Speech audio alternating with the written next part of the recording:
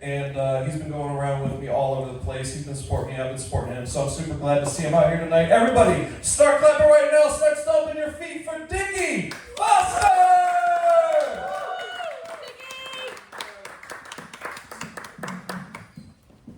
Oh, how's everybody doing tonight?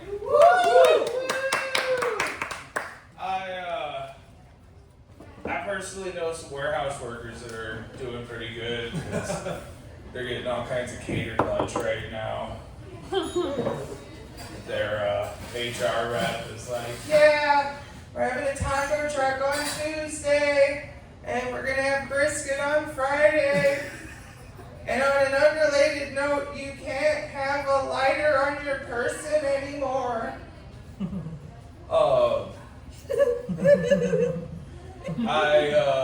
I've got a girl I've been talking to recently, and she told me she has a daddy thing.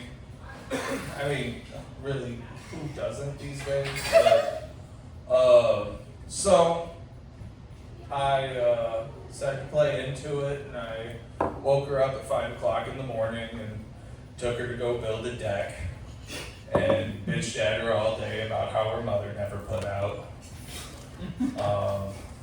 You know, that whole song and dance. I've recently been having to deal with my kids' moms a lot, because that's what happens when you don't pull out. I don't like the term baby mamas, mainly because I have respect for them, and I sure as fuck ain't no baby daddy, so, you know. You know, we're not perfect. I'm not perfect. They're not perfect.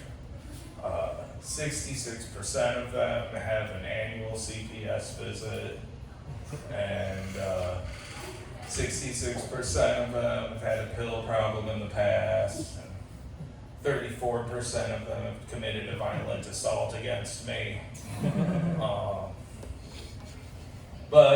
I try to maintain like a 66% approval rating with them, because if it gets any lower than that, they start fucking getting a damage multiplier and using combo moves on me like it's Marvel vs. Capcom. The fucking one comes in with wage garnishment, and then fucking one of the other ones casts fucking withholding visitation. Ow, that one hurts the most. And you know, they get upset for the silliest reasons, like, you know, I became homeless, or I celebrated an assassination, or I told the kids about the summer that me and mom did bath salts, and you can't change the past, Felicia. These things happen. I have a special knack for making professionals laugh in professional situations.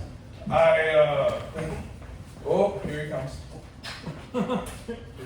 He got over that rope. He is rolling hard.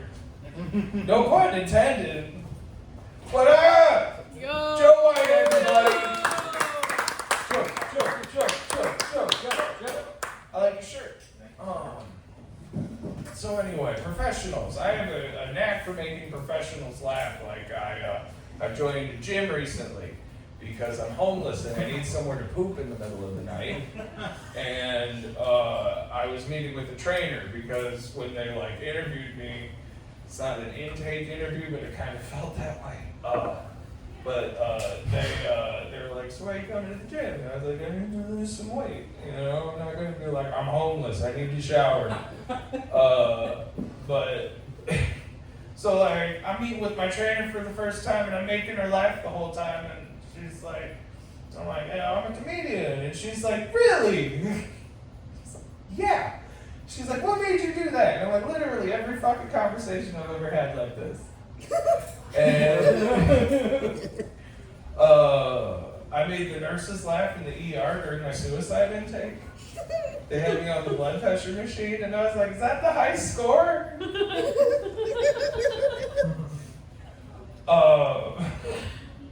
I got my therapist to laugh at a joke about my dad shooting himself the day after my dad shot himself. Like that's. I was actually recently going over some of my material with my CPS caseworker, because that's what sane people do. And she asked for it. She was like, "Well, let me hear some of your jokes." And I was like, "Okay." 420 a gallon is the worst 420 since 420 1999.